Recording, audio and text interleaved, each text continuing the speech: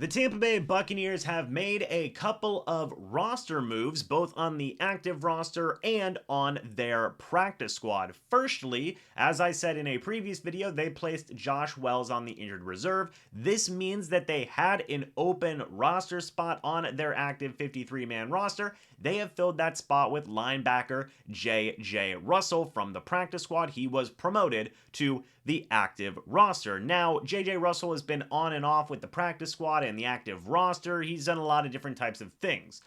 He has been taking up the role of Olakunle Fatukasi, who was with the Buccaneers throughout most of this season. J.J. Russell is now there to add provided depth with the inside linebacker group as well as special teams play also. So J.J. Russell, again, no stranger to the practice squad, no stranger to the active roster. Very excited that he gets another opportunity in the 53-man squad.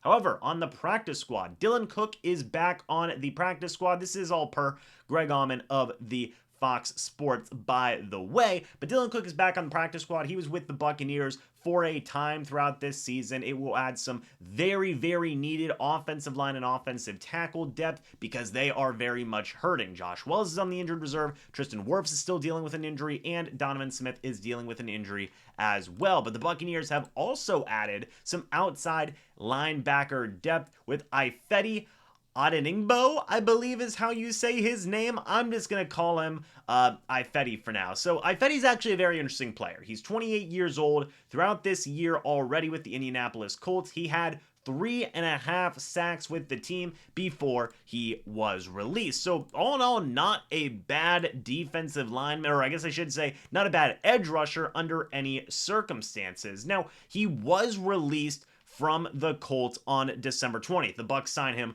1 week later. Before his time in Indianapolis, last year he spent with the Cleveland Browns, only participated in 9 games and only registered 13 tackles, 3 quarterback hits, and no sacks, unfortunately. However, before that, we did see Ifeadi Odenigbo play for the Minnesota Vikings for 2 years, 2019 and 2020. He played for the Arizona Cardinals back in 2018. He didn't register any sacks in his rookie year, but it's really in Minnesota where he was starting to shine. He had 7 sacks in 2019, not starting a single game, by the way. He had 2 fumbles recovered, 1 forced fumble, and 1 touchdown to go along with 13 quarterback hits. That's some pretty decent numbers in my opinion. Then in 2020, he had 15 quarterback hits, a safety for goodness sakes, and 3.5 sacks as well. And even this year, as I said, 3.5 sacks with the Colts, 6 quarterback hits, 3 tackles for loss.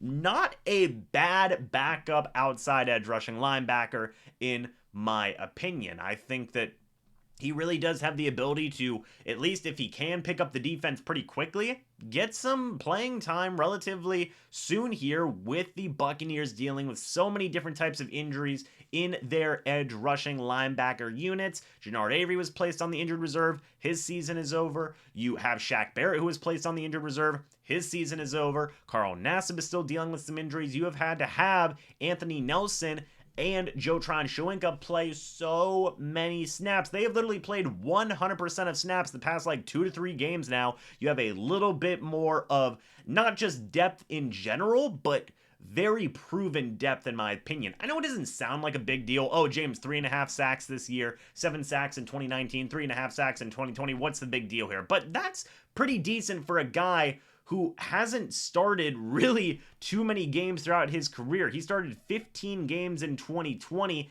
and that's it. He hasn't started any other games in his career. So I think that this really is some solid, stats for a rotational type guy. Ifeadi Odenigbo, I think, is going to possibly have a strong rotational type role if he can learn this defense. Doesn't have a ton of time, but still can be a solid contributor nonetheless. But that's the moves that the Tampa Bay Buccaneers have made, both on the active roster and on the practice squad as well. What do you guys think about these moves? Let me know your thoughts and opinions down in the comment section below. I would love to hear them. Thank you guys so much for watching this video. Hope y'all enjoyed, and I will see you all in the next video or the next live stream. But until then, and as always, guys, goodbye for now, and go Bucs.